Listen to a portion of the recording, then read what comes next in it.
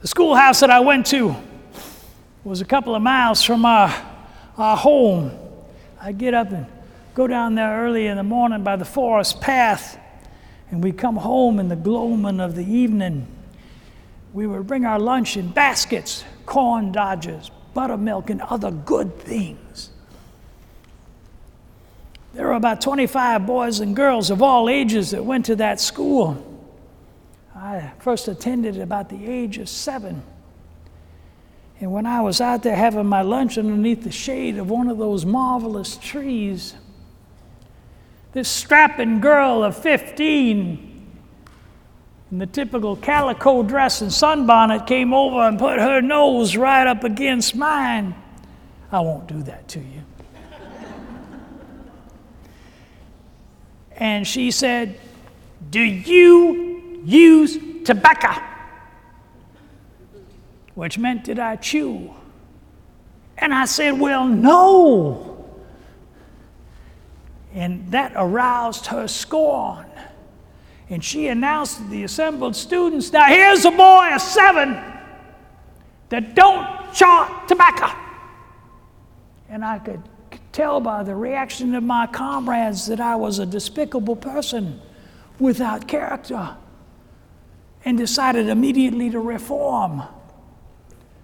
But it only made me sick. I did learn to smoke fairly well, though.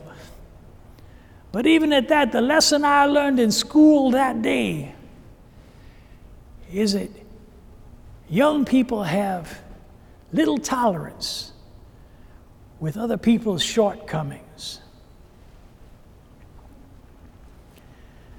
Now, the school I went to had a school mom. She was a New England woman with New England ways. And every morning she'd start out the school day with a reading from the New Testament. And then we'd have a lesson about it. Well, the one that I remember the most was the day that she gave us a lesson of ask and ye shall receive. She said, whoever prays for something with earnestness and passion should have no doubt that that prayer will be answered. Well, I'd never heard that before. And there was no end to the things that I wanted.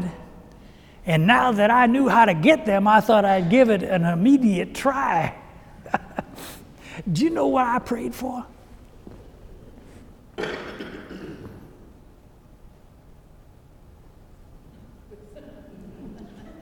Do you know what I prayed for? We could stare at each other all afternoon, you know. You're a very lovely lady. I would enjoy that. Gingerbread. Margaret Coonan, the baker's daughter, would bring every day a slab of gingerbread, but she always kept it out of sight. So I thought I'd give it a try. Gingerbread. Oh, gingerbread.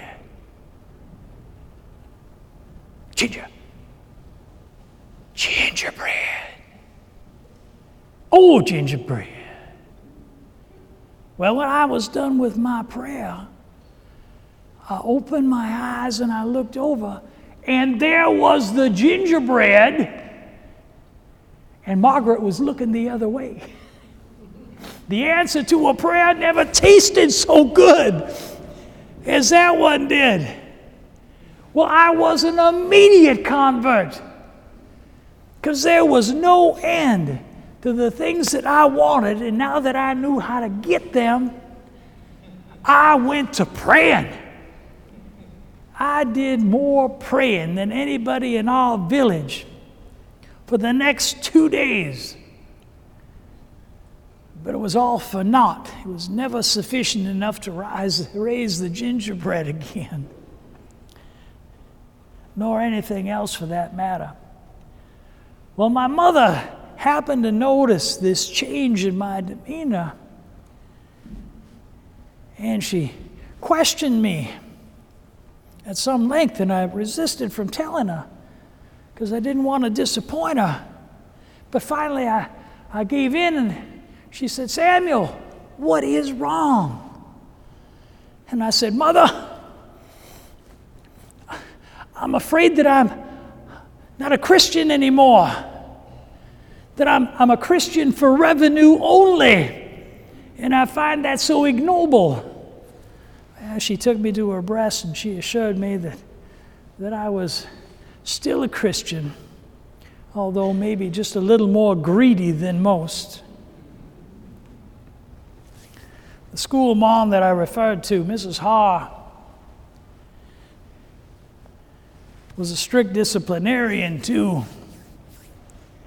One day in her class, I broke one of the rules. She called me up. She said that if you break that rule again, you're going to get a whooping. Well, by the time I got back to my seat, I'd broken another rule. She called me up and she said it's how she wanted me to go out and find a switch. Well, I was ever so glad that she had chose me, because I felt that I could find a switch with more judiciousness than anybody else for my own punishment. So I went outside the school, and across the way was a barrel maker, and there were Cooper staves for barrels laying out there of the old pattern, 2 inches thick, 2.5 inches wide, and rise into a shallow curve. Devastating switch material. I found one that happened to be laying in the mud. It was rotten. I fetched it back to Mrs. Ha and stood before her in meek resignation, hoping to garner a little sympathy.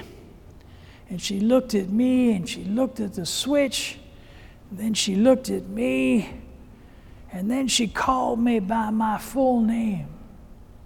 "Samuel Langhorne Clemens." And said as how she was disappointed in me. Well, I'd never heard my name all strung together before. And the lesson I learned that day is that if a teacher calls you by your full name, it can only mean trouble. She said as how she was disappointed in me and would have to choose another child that had better judgment in switches.